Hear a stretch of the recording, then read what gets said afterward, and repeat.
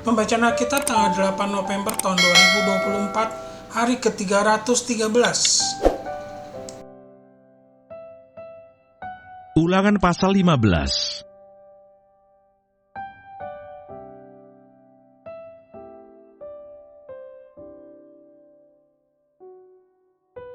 Tahun penghapusan hutang. Pada akhir 7 tahun, engkau harus mengadakan penghapusan hutang. Inilah cara penghapusan itu. Setiap orang yang berpiutang harus menghapuskan apa yang dipinjamkannya kepada sesamanya. Janganlah ia menagih dari sesamanya atau saudaranya, karena telah dimaklumkan penghapusan utang demi Tuhan. Dari seorang asing boleh kau tagih, tetapi piutangmu kepada saudaramu haruslah kau hapuskan. Maka tidak akan ada orang miskin di antaramu. Sebab sungguh Tuhan akan memberkati engkau di negeri yang diberikan Tuhan Allahmu kepadamu untuk menjadi milik pusaka, asal saja engkau mendengarkan baik-baik suara Tuhan Allahmu dan melakukan dengan setia segenap perintah yang kusampaikan kepadamu pada hari ini. Apabila Tuhan Allahmu memberkati engkau seperti yang dijanjikannya kepadamu, maka engkau akan memberi pinjaman kepada banyak bangsa, tetapi engkau sendiri tidak akan meminta pinjaman. Engkau akan menguasai banyak bangsa, tetapi mereka tidak akan menguasai engkau. Jika sekiranya ada di antaramu seorang miskin, salah seorang saudaramu di dalam salah satu tempatmu, di negeri yang diberikan kepadamu oleh Tuhan Allahmu, maka janganlah engkau menegarkan hati ataupun menggenggam tangan terhadap saudaramu yang miskin itu. Tetapi engkau harus membuka tangan lebar-lebar baginya dan memberi pinjaman kepadanya dengan limpahnya, cukup untuk keperluannya, seberapa ia perlukan. Hati-hatilah, supaya jangan timbul di dalam hatimu pikiran dursila demikian.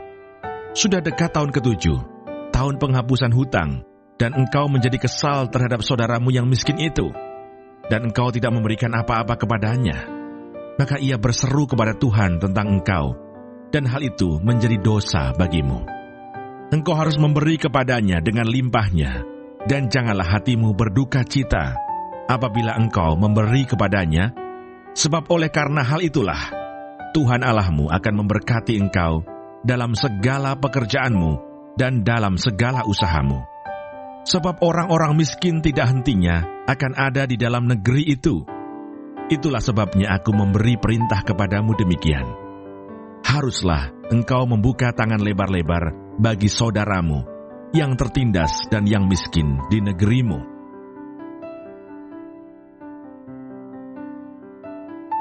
Mazmur 146.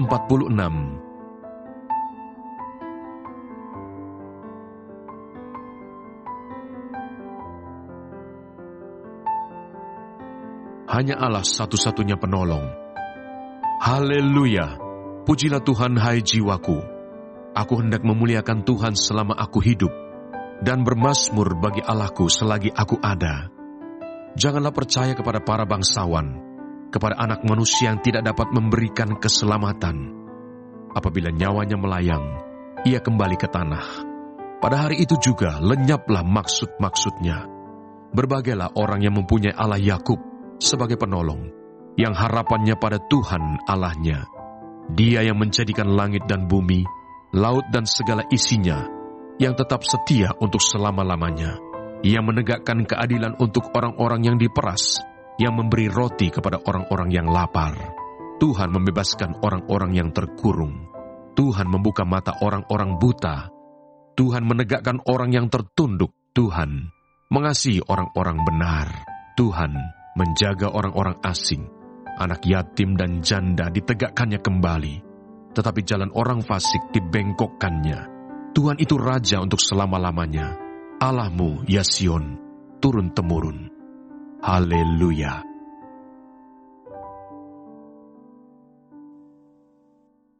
Ibrani pasal 9.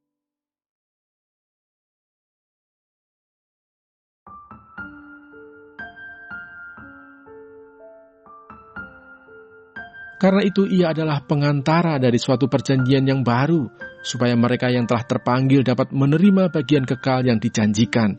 Sebab ia telah mati untuk menebus pelanggaran-pelanggaran yang telah dilakukan selama perjanjian yang pertama.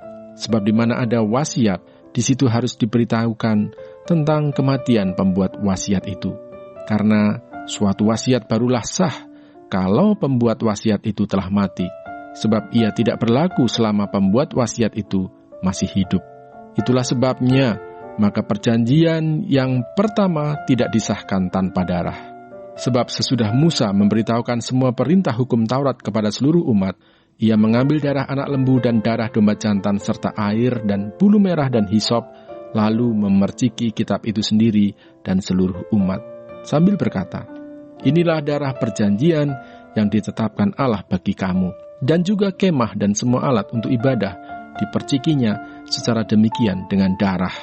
Dan hampir segala sesuatu disucikan menurut hukum Taurat dengan darah, dan tanpa penumpahan darah tidak ada pengampunan.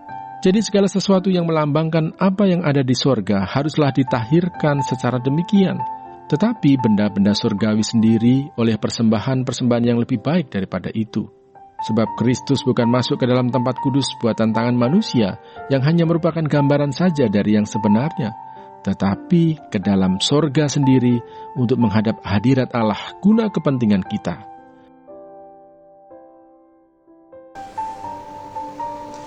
Tema minggu ini memberi yang terbaik bagi Allah.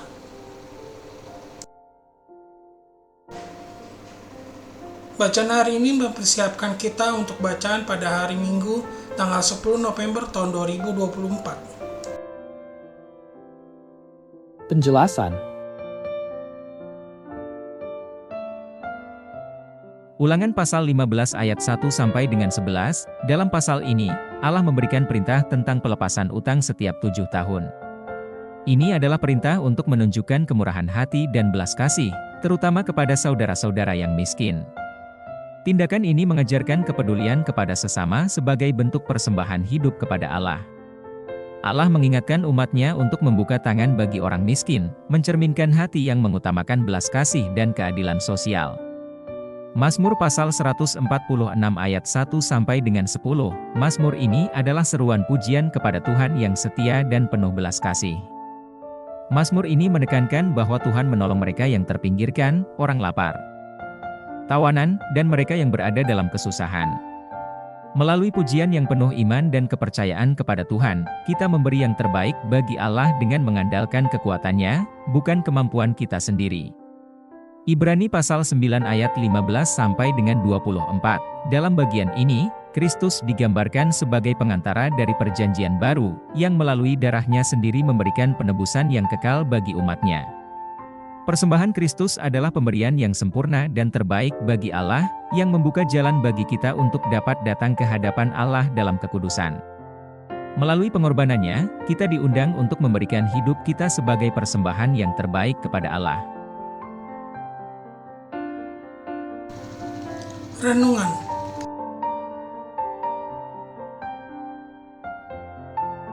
Dalam Ulangan pasal 15 ayat 1 sampai dengan 11, memberi yang terbaik bagi Allah berarti peduli dan bermurah hati terhadap sesama, terutama mereka yang berkekurangan.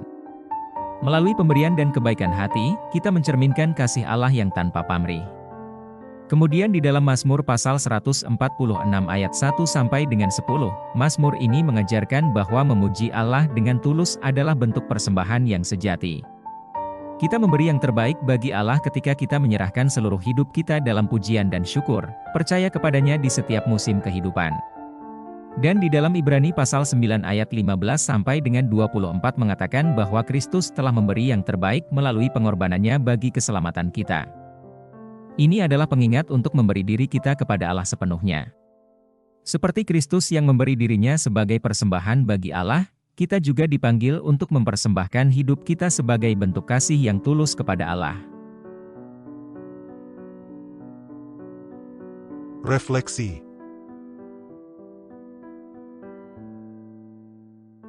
Bagaimana kita dapat meneladani kemurahan hati Allah dalam kehidupan sehari-hari? Apakah kita siap memberi yang terbaik bagi Tuhan dengan berbagi dan membantu mereka yang membutuhkan? Ulangan pasal 15 ayat 1 sampai dengan 11, katakan melalui pemberian dan kebaikan hati kita berarti kita peduli terhadap sesama, terutama mereka yang berkekurangan. Hal ini mencerminkan kasih Allah yang tanpa pamrih. Apakah kita sudah memuji Tuhan dengan sepenuh hati, bukan hanya dengan kata-kata tetapi juga dengan tindakan? Apakah hidup kita menjadi pujian yang sejati bagi Tuhan, mencerminkan kasih dan keadilannya kepada sesama?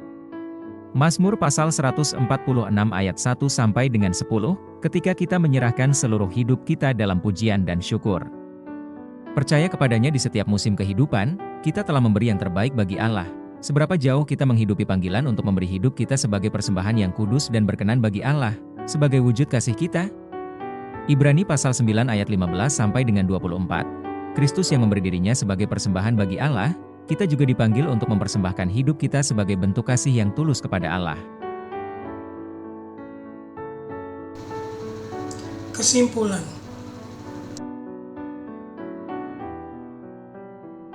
Memberi yang terbaik bagi Allah berarti hidup dalam kemurahan hati, pujian yang tulus, dan penyerahan diri sepenuhnya. Dalam Ulangan pasal 15 ayat 1 sampai dengan 11, kita diajar untuk bermurah hati kepada sesama. Dalam Mazmur pasal 146 ayat 1 sampai dengan 10 kita diingatkan untuk memuji Tuhan dengan seluruh hidup kita. Dan dalam Ibrani pasal 9 ayat 15 sampai dengan 24 kita melihat teladan Kristus yang memberi hidupnya sebagai persembahan sempurna bagi Allah. Kita diajak untuk memberi yang terbaik dalam bentuk tindakan kasih, kemurahan hati, dan kehidupan yang sepenuhnya mengandalkan Tuhan, sebagai bentuk persembahan yang berkenan di hadapannya.